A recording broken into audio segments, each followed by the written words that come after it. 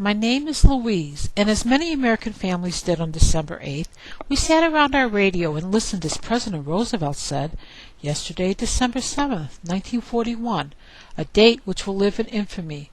The United States of America was suddenly and deliberately attacked by the naval and air forces of the Empire of Japan. Like all Americans, my family was shocked, outraged, and saddened at what had happened. Little did we know how our lives would change. Amid the hysteria following the declaration of war, President Roosevelt signed Executive Order 9066. This order authorized the removal of any group of people from a selected military area. Soon, posters appeared in my neighborhood telling those who were of Japanese ancestry when and where to report for relocation and what we could bring with us. Many Japanese Americans, like my parents, had to sell their homes and businesses at a loss.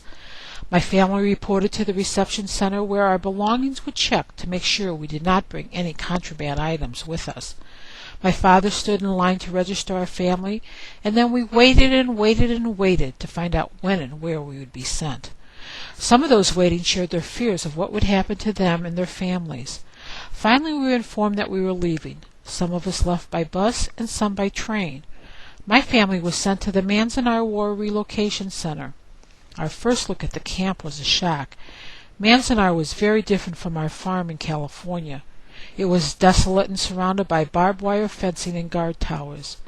My family was assigned to a barrack where we did our best to make it our own. The families share a common bathroom, and we eat our meals in a separate building. At Manzanar, we have tried to make our lives as normal as possible. The farmers among us have begun growing crops and raising cattle.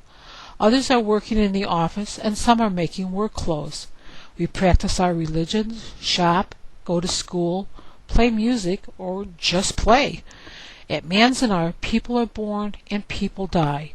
My hope is that this war ends soon and we can go home, for we are loyal Americans.